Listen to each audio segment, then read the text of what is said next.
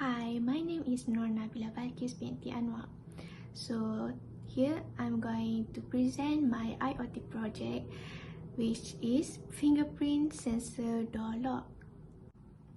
There always comes time when someone loses a key, no matter how careful they have been to keep all things at one place. Using keys also takes time to unlock the door.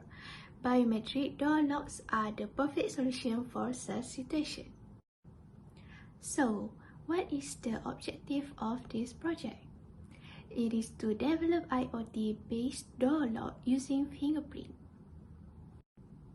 What is the significance? It is for a high level of security because we know that everyone's fingerprint is unique, so no one else can access the door without manipulating with the door lock system. Only authorized people may enter the house. Thanks to this specific function, which made identification so simple. Biometric fingerprint door locks are superior to password door locks in that they are difficult to hack, and if someone attempts to do so, he or she will be blocked and you will be alerted.